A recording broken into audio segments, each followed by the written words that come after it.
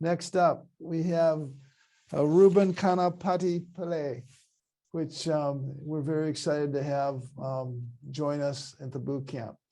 So Reuben, how are you? Good, Michael. How are you doing? Thank you for having me. Well, it's really our true pleasure. So Reuben's been a key part of the boot camp for really, I think, since the beginning. He grew up in Sri Lanka, which was, as anybody knows, the history of Sri Lanka, it was it was under war for much of the last 20, 30 years. Reuben lived in many continents before migrating to the USA, and finally settled down in the entrepreneurial capital of Silicon Valley. But by way of, he went to Stanford University, where he has a computer engineering degree, but also, most importantly, more prestigiously for sure, he went to the University of Minnesota, which is, Yes. it says an awful lot about you. So congratulations for that. So, Reuben is, a true entrepreneur. He has a series called The Accidental Entrepreneur by Reuben, which ponders whether all experiences were just coincidences or set up for a very successful entrepreneurial life in Silicon Valley. He's had exits worth over $700 million in US dollars each. So he holds many core patents on the internet and communication technologies. He's an angel investor. He spends time mentoring, which he's done, thank you, in the boot camp and all over the world in terms of what the people he's worked with. So it's really great to have you here. Thank you. Thank you, Michael. I think I'm so blessed to be, mentoring and coaching the GSV cohorts. It has been I've been learning a lot more, because when you are doing your own startup, you're so focused and you have some set out problem. But when you deal with 30, 40 people with different ideas, different mentality, different background, that is amazing experience. So talk about your childhood. So you grew up in Sri Lanka, many siblings, grew up poor. Your dad died when you were 12. Talk about what this was like and what you learned and what sort of got you the opportunity to leave Sri Lanka and go to the US. Yeah, I mean, I tell people that I am the background of the Sri Lankan Civil War. I was born in 1970. 72, the problem started slowly. In the 80s, it was disaster after losing many things.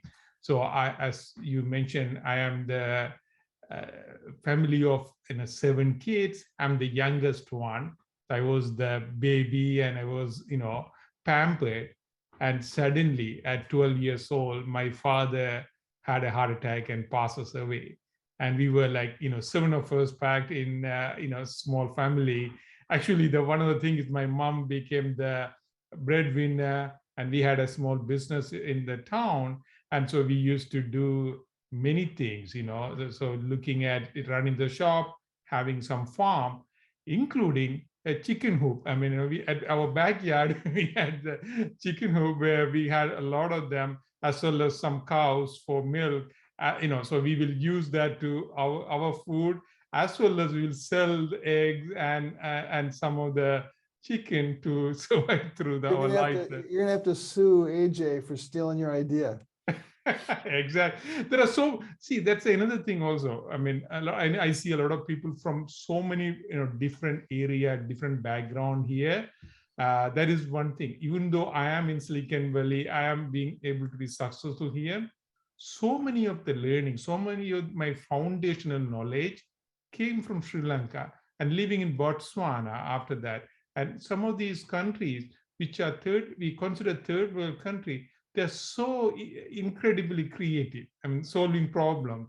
And if you can take those problem solving skill and knowledge and open up this market, which is so wide, and through GSV and other venture-backed companies, that is amazing experience.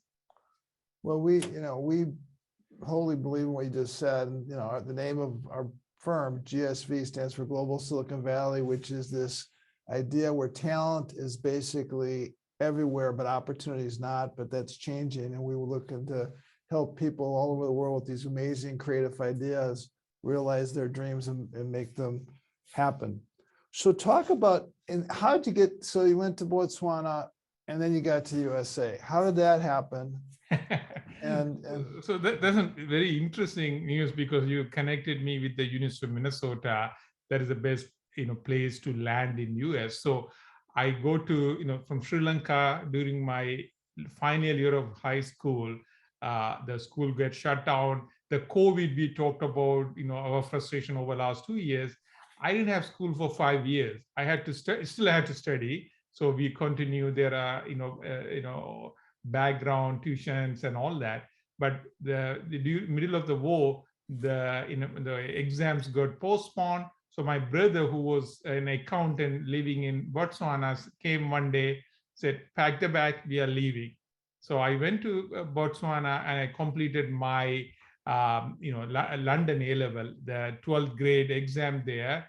And even when I left Sri Lanka, I didn't know much about English because I was studying in my own language, and went to get in this class with about 50 people. I didn't understand a word of it, in the sense I could read a little bit because we learn English because of the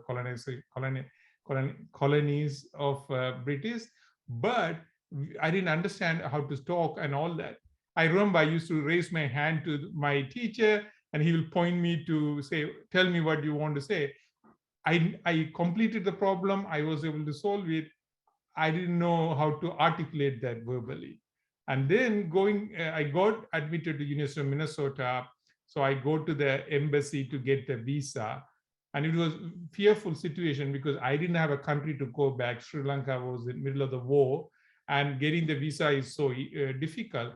The visa person asked me a question: do you think you can handle Minnesota? So I didn't do any research about how cold it gets, how, the problem is, I was like, yes, I can, because I've been, in the war zone. I lived in another. He said, "Are you sure, really sure you can do that?" And my brother, who was with me, and we were like looking at each other's face, and he said, "What do you mean? Do you know how cold it gets there?" So that was a joke, and that, an icebreaker, and I got the visa to come to US. way to go. Well, they call Harvard the Minnesota of the East. So you were lucky to end up there. So it's great. So talk about, you believe, obviously you can see this through just, the stories you share, but you believe in making up your mind and taking bold steps to achieve your goals. Give us some more examples of this. Yeah, I mean, some of them are very interesting ones. For example, when I came to Minnesota, I went to, I was trying to find a job because, I landed here and the tuition was cheap compared to all the things now happening. It is in 90s. And still, I had to make some money to live. I applied for jobs. They asked for, referral, what kind of jobs you had. I had run the family business and all that, but I can't write down as referral. And so I was struggling to find a job for first 3-4 months. And but I took a electrical engineering class. And the interesting thing is, you saw my name, how long it is. So the professor, every time he wants to hand out my homework or something, he'll say, "Ka, ka, ka, ka." And I say, it's me. And so, that is an icebreaker for me all the time. Even now, people, make kind of mistakes or fun of my name. I take it in a fun way, and that one. So one day I was sitting. How did I do, by the way? You did pretty good, actually. I was very surprised, but you did really good. Right. So I had this class. And then I was sitting in outside an office where one of my professor was there, and I didn't know he would know me. So I was like sitting there. I said, "What to lose?" I just walked into him and said, "Professor, I'm from Sri Lanka. I have nothing to, I want to do more things. Do you have any job for me?" Again, asking that direct question rather than beating around the bush and all that. He said, "Yeah, actually, you're doing really well in my class. I should be able to find some, for my graduate student, we need some people to come and help with them doing some of the lab works. I'm in semiconductor field. They had a fab there. So are you willing to go and work in the fab to build some product for this graduate student? I said, oh yeah, I will do anything. And so I got with him and I worked with him for the next 3 years throughout, and I moved up. And he's one of the guy who recommended, wrote recommendation to go to Stanford. So that is one of them. The second one is, talking about the bold steps I'm making, because as you are building a company, you have, everybody is in once, but not everybody should be getting, like everyone should be doing engineering, everyone should be doing marketing, everyone should be doing that. So in one of the companies, I had a CEO he came back from technology, but he was a CEO, supposed to go raise money, find customers, do all those. And he will go into our lab, which I was running the engineering, go and tinker with things and tell engineers to, why don't you do this? Why don't you do that? So I walk into him one day and he says, hey, Reuben, I talked to these guys and asked them to change these things. I was like, I got so mad at that time. And I told him, it's your job to go and raise money, get market and all that. Let me do that. Because if you go and change the direction and all that. And he said, well, I am the CEO. I can't do that. I told him in his face, I think you are the wrong CEO for the company. You should quit. And basically, I kind of fired my CEO at that point. And then I went to the venture capital who supported me. And he said, I was going to quit my job that time because I thought, he's the CEO, he will going to, cut me out of the deal. And I went to my VC and told him that, hey, I just told my CEO to quit. And he said, he fell off the chair first laughing because he said, I never seen a guy, you're this young, going and telling these people that they should quit the job. And then within 3 months, they replaced the CEO. They gave me more responsibility. It all worked out to a $700 million exit at the end. Yeah, well, that's awesome. So you were part of 2 very successful chip and storage companies. This week is about creating your MVP. What was the process to build the MVP and the iteration that you went through to make sure it was a good market fit? Yeah, it's very important. I think you said, some of the earlier words, about what, when you look at these, companies and products, you need to make sure you have to be able to faster, cheaper, better. That doesn't a lot apply in this hardware companies or silicon companies. That's kind of difficult. But it really applies also if you look at it a little bit more carefully. So when I did this company, I didn't have all these thought and how we are doing it, but we did that actually right way. My first company, I spent a Christmas holiday building the whole model of our product. And then we were able to run the standard code.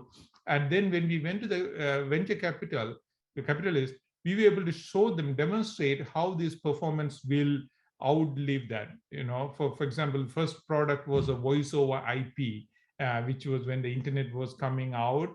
We were moving all the communication over the internet. So how you do that? So the minimum viable product, the early one to get funding, was a model to demonstrate that you can do 20 times or 40 times faster than what current market is doing. So how do you demonstrate that one become the minimum viable product? As you said, you don't want to just build the wheel, but you need to put a framework where you can plug in these various features to get there. So the performance was one. The second one, is a similar way, we were able to build some of the standard hardware which is available from Xilinx or Xilinx, and then write your code and you go and change, because this is a software hardware integration solution. So we went and changed some of the libraries. So those are easily doable without investing a lot of money, and demonstrate how the performance and how the interoperability will work. So those are the small things you can do, but that will add a lot of value. But there are a lot of other bells and whistles you have to add that can be done in a follow up way. Yeah. So, you see the headlines of the big exits and, it's really exciting, but what people don't realize is all the different, near-death experiences and Yeah. changes and iterations and pivots and so forth that you needed to take to get there. Give the example in your experience about the time where Virident, when your supplier went out of business and put the company in a very precarious position. Yeah, so it's interesting. So it was the second company started in 2006. We go to 2008. There was a financial crisis. There was a downturn on that. So this company, which was doing some product called expansion, they had some struggle compared to there are two kind of flash companies called no flash and NAND flash.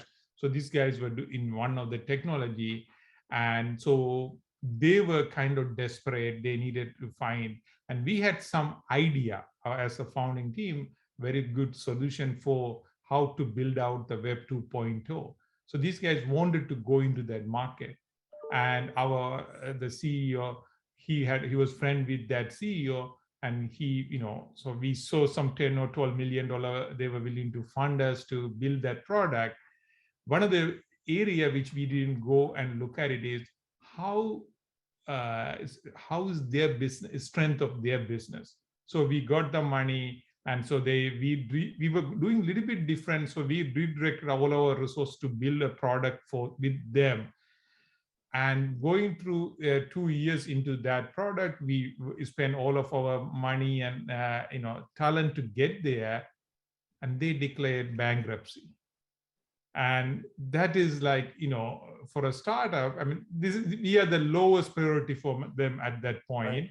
Right. And all that.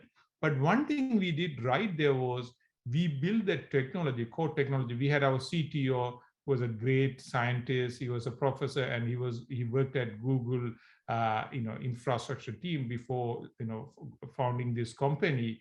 So he was a CTO. So he had this core technology. So what I tell people is, make sure you don't make, these kind of corporate partnership decision where the other partner is not strong or they are going to die. The second one is, while you are building your technology, it is your, what you are spending time, make sure the core technology is applicable to multiple market, and it can be taken in a different direction when you productize. So we had this basic idea, basic product, and we had to change what technology we use. So we went, and so I walked into my board of directors and I said, give me 6 months, and whatever cash left in the bank, we will build a new product and use the core technology we have developed and go from there. So that having the core technology helped us significantly. Talk about your leadership style. Yeah, so I'm a little bit soft. People tell me, because of my background, my experience, I feel everyone has a story. Everyone has, how they came to this place, and I always feel everyone has good intentions. But where you put them in a position wise, where you do make sure they follow through, and giving them tools to succeed. So I am always in the trenches with my employees. I mean, I am with technician who's working in the lab, and accountant and audit, part of it. Then when you go to the customer, I am always behind these people. They can reach out to me anytime. And when you're building engineering, so I'm always there physically. Sometimes it took some toll on me, but on the other hand, I made sure. But on the other side, I always look for accountability. Once someone sign up for something, once someone tells I'm going to do this, they need to follow through, because at startups, you don't get many second chances. So I tell them, I feel for you, I am empathize with you. On the other hand, when you have 200 people company, I think one person can bring down the whole company because everybody has to work together. And I don't want to have, suffer these 200 people who spend all of their time, all of their life. So I mentor as well as I motivate people with that community feeling. Yeah. Well, that's really, I think, interesting and important. John Donahoe, the CEO of Nike, was part of the boot camp.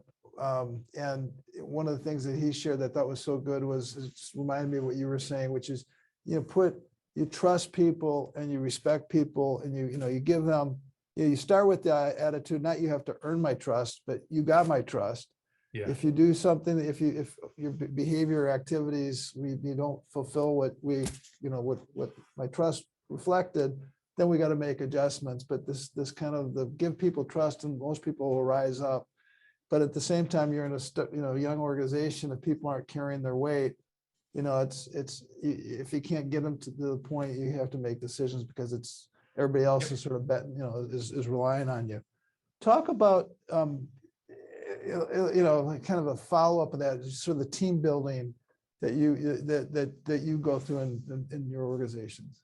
Yeah. So, I mean, there are a few aspects of it, when I hire people. So, the diversity of the people, and I need to make sure the team. So this is an interesting factor, which in my writing, I write a lot about diversity in strength and strength in diversity. So what that to me is, I am from Sri Lanka. I have, my community, my people who I work with and all that. And then when you build a team, you want to make sure you have the diverse input and diverse experience. So as I said, I mean, it's a self-proclaimed redneck from New Jersey, and there is a guy from Ohio, but his family is originally from Lebanon. And then I had a Taiwanese a guy who moved to Canada, and he came to work for a Silicon Valley company, and his company went bankrupt. And he just walked into my door and knocked and said, "Do you have any job to do?" He was a young kid, and that. And just like that, I like to find the team which has a diverse background from experience. So I had a Vietnamese engineer who went to UC Berkeley. He had 20 plus experience. He was my mentor, and building this company, because he have gone through these experiences. So finding these people. So don't try to find people who are same and like same person like you, or they will say always yes to you, because these people, they put me through ringers. I mean, they will challenge me openly, publicly, and they will say, "Hey, Reuben, you always have this smile when, I smile more when I am under stress." And then I listen, and then I take them. And if the idea is wrong, I don't try to put them down, but I take them on the side. When the idea is great, I try to, make everybody follow that leader. So you want to create many leaders, even though they not have the title and all that. So this person is leading in this area, follow him. I'm fully supporting him. In the same way, there is somebody else doing something better, or someone can take it to the customers, follow them. So that kind of leadership, where you create some of these local leaderships, where they will own it. And when there is a problem, and the follow up to that, I know I'm going into a lot more detail, but follow up to that is, when people see, I came from Stanford, I can throw my degree and say, "My God, I know everything, I can do that." But end of the day, yes, you may know more than other person, but you are not going to be executing to that a product. These people who are there, they are the one writing the code, building the product. So I try to find my answer versus their answer. If their answer is good enough and they own it, I let them go with it, rather than asking them to change and follow me. Because if they follow me, if they fail, they're going to say, "It was Reuben's idea. It's fine." Or on the other hand, when they go and it makes work, their effort become multiplied because they said, oh, my idea, he took it and went about it. Bill Campbell used to say, when we have facts, we use facts. When we have opinions, we use mine. But anyway, that's different. So you obviously have tremendous amount of experience, and now you want to share with others. You're doing that through the Accidental Entrepreneur, through podcasts and writing. Talk just in the few minutes we have left. Talk quickly about that, and I want you to share kind of parting thoughts. But talk about the Accidental Entrepreneur. Yeah. So about 5 years ago, with all these great and everything came about, my father passed away of a heart attack. I had a heart attack. I mean, I nearly lost my life. And luckily, my wife took me to the emergency room at the right time. And I had 100% block on my LAD, and I got a stent. I survived. But I always have been helping people very, casually. So then I decided, I don't know how long is left in the life of Reuben, and my experience is valuable according to a lot of people.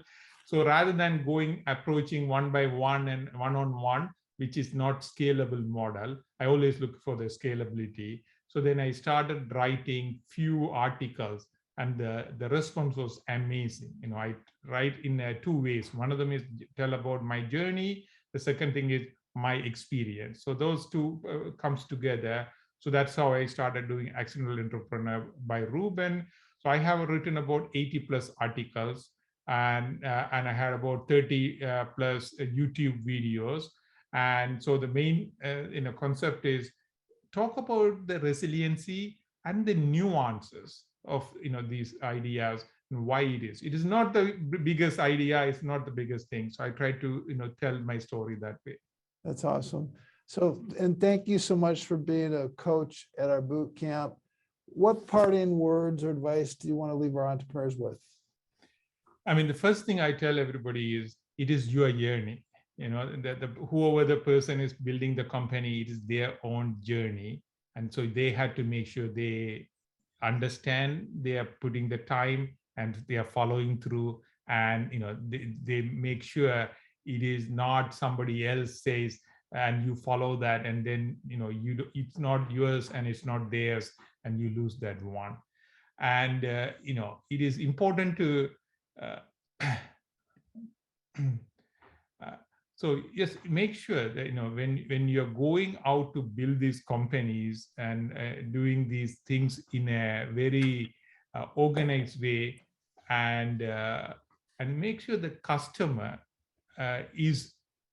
you understand the customer very clearly, because it is easier to go and have your idea, and you feel like you are very how do I say it, entitled to do this one.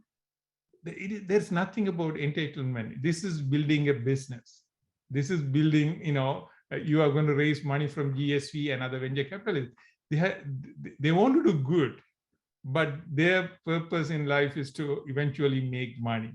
So you need to make sure it is a business you are building, and making sure you build this product in a systematic way where your customers will want that one. So just make sure you follow through that through your MVP process. Yeah, and with that, that's a great way to end it. Reuben, you were wonderful. Thank you so much again for sharing your insights right now, but also being part of the boot camp.